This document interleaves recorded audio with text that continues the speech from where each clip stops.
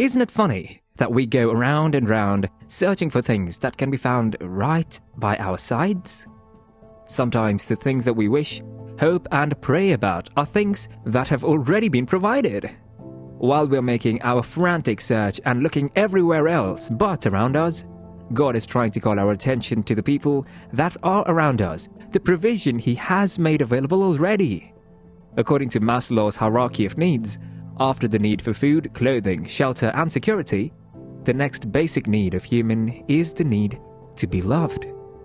Some have this need met right from childhood, but apart from the love you get from your parents or siblings, there is a special kind of love that can only be gotten by being with the right person.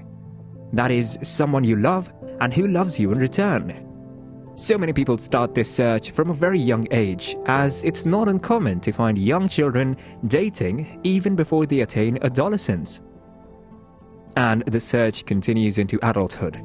The problem is not in the searching. After all, Proverbs chapter 18 verse 22 says, "He who finds a true wife finds a good thing and obtains favor from the Lord."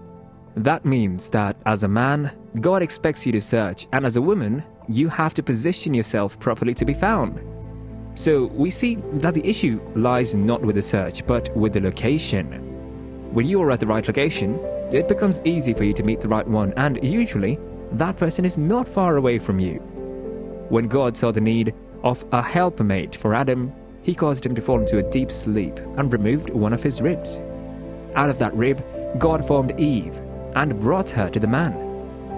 Well, that is just one man, and there were not so many options for him to choose from, right? Yet his location mattered, because he was in the presence of God, doing His work, and then God made provision for him right where he was.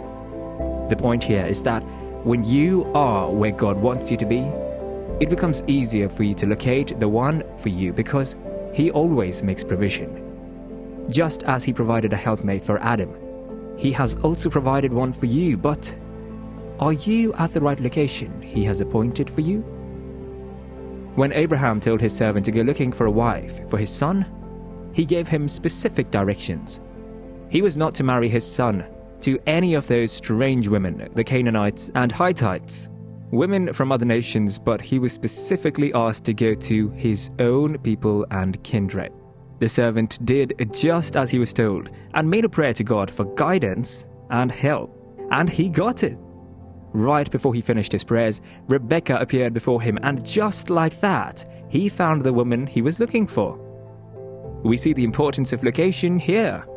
If he had stayed in the land of Canaan, he could have prayed endlessly and still not found the right one for Isaac. In the same way, the one you're searching for is right beside you. Lift up your eyes and you will see him or her. If you cannot seem to find that person, then take a good look at your location. Are you searching in the right place? Are you at the location God wants you to be? We see the same thing play out when Jacob was about to take a wife for himself. Unlike his brother Esau, who grieved his parents by marrying women of other nations, Jacob went straight to his mother's people, and it did not take him much time for him to spot Rachel. She was, in fact, the first person he met. In the case of Ruth, she had to change her location to eventually get herself into God's plan for her life. You do not have to go too far searching for the one God has destined for you.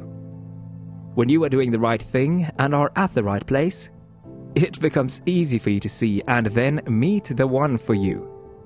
Ruth repositioned herself and made a wise choice in following Naomi.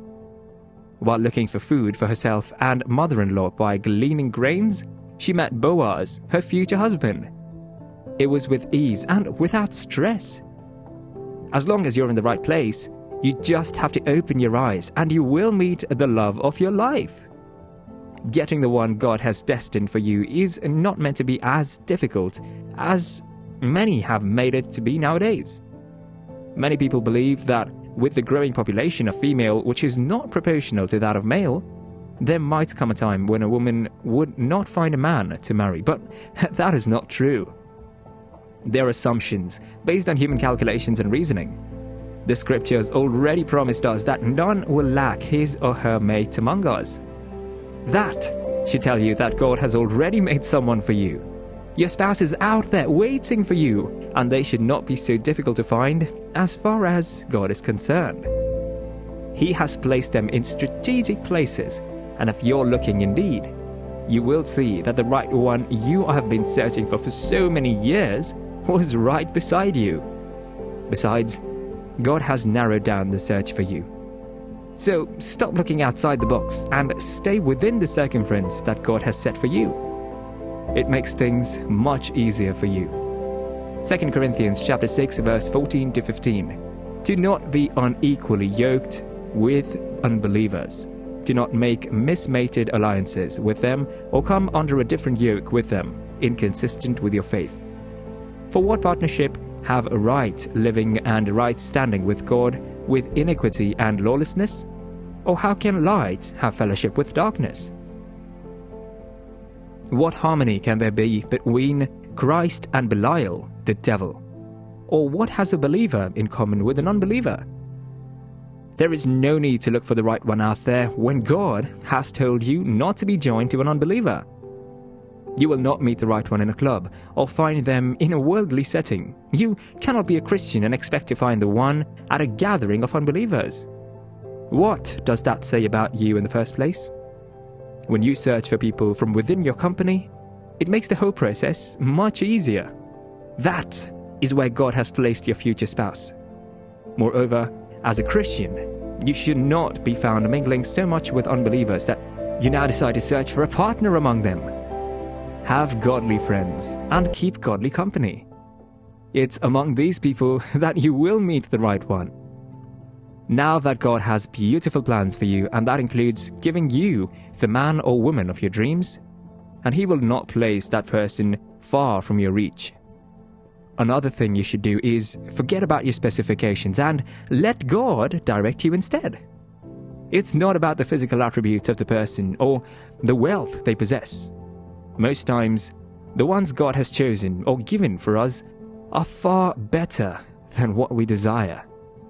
They are like raw gold, and you might not know their value just by looking at the outward appearance. Stop making a list for God. It's either you let God choose for you, or you choose for yourself. It cannot work both ways. If you want to know the real reason you have not found that person, it's because you're doing things wrongly or following the lusts of your heart. James chapter 4 verse 2 to 3 says, "You are jealous and covet what others have, and your desires go unfulfilled. So you become murderers. To hate is to murder as far as your hearts are concerned. You burn with envy and anger, and are not able to obtain the gratification, the contentment, and the happiness that you seek. So you fight and war. You do not have because you do not ask.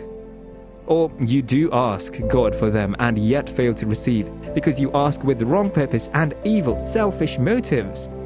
Your intention is, when you get what you desire, to spend it in sensual pleasures."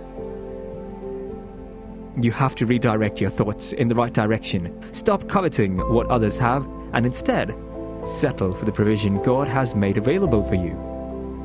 Also, open your eyes and your mind. Do not look down on anyone. Stop thinking you're too good for a particular person. When you look down on people, you limit your chance of ever meeting the right one and fulfilling God's plan for your life.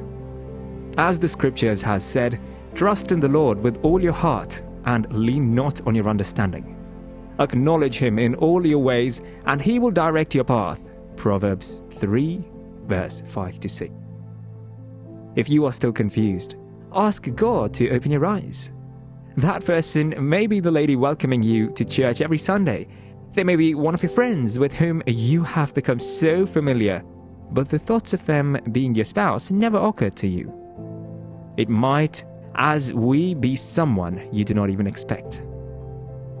Just ask God to open your eyes, and when you look clearly, you will see the one you have been searching for right beside you.